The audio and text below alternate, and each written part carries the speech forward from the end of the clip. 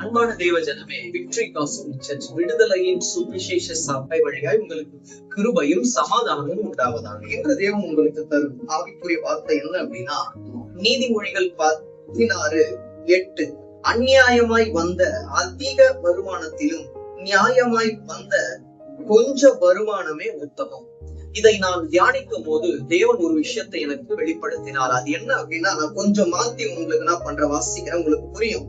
அநியாயமாய் பிசாசு தந்த அதிக பேரிலும் நியாயமாய் தேவன் தந்த கொஞ்சம் பேர் உத்தமம். அப்படின்னு என்ன அர்த்தம்?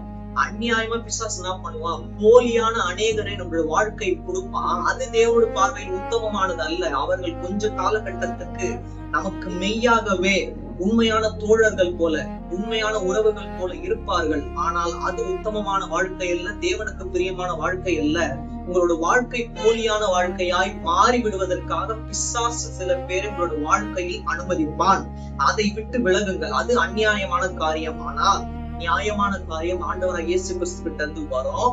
ஆனா ஆண்டவராக இயேசு கிறிஸ்து எல்லாரையும் உங்களோட வாழ்க்கை என்ன பண்ண மாட்டாரு, கொடுக்க மாட்டாரு. யாராச்சும் ஒருத்தர் 2 பேரை சிலரை கொடுப்பார். ஆனால் அவர்கள் உண்மையாகவே ஆவிக்குள்ளானவர்களாய் தேவனால் அனுப்பப்பட்டவர்களாய் இருப்பார்கள். அவர்களை ஒரு நாளும் விட்டு விலகாதிருங்கள். அவர்களே தேவனுடைய பார்வையில் உத்தமமாய் இருக்கிறார்கள். தேவன் தாமே உங்கள் யாவரை மென்மேலும் ஆசீர்வதிப்பாராக.